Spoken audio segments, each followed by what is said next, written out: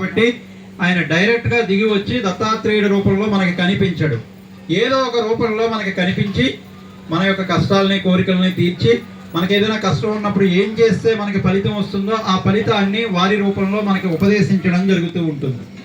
అంతేకాకుండా ఇంకా అత్యంత ముఖ్యమైనటువంటిది, దత్తాత్రేయుడిని నిష్కల్మషంగా త్రికరణ శుద్ధిగా ఆరాధిస్తే ఆయన మొట్టమొదటిగా చేసేది ఏమిటంటే బ్రహ్మని ఆదేశిస్తాడు. ఆయన, ఓ బ్రహ్మ ఇలా రా, వీడి తలరాతను ఈ విధంగా రాసావు, ఇది చెరిపేసి నేను మళ్ళీ చెప్తున్నాను ఈ విధంగా రాయి అని చెప్పి, మీరు ఏ విధంగా ఉంటే మీరు సుఖంగా సంతోషంగా జీవితాంతం ఉండి చివరన భగవంతుడిని చేరుకుంటారో ఆ విధంగా బ్రహ్మగారి చేత తిరిగి మన నుదిటి రాతని లిఖించగలిగినటువంటి ఒకే ఒక్క దేవతా స్వరూపము దత్తాత్రేయుడు మాత్రమే.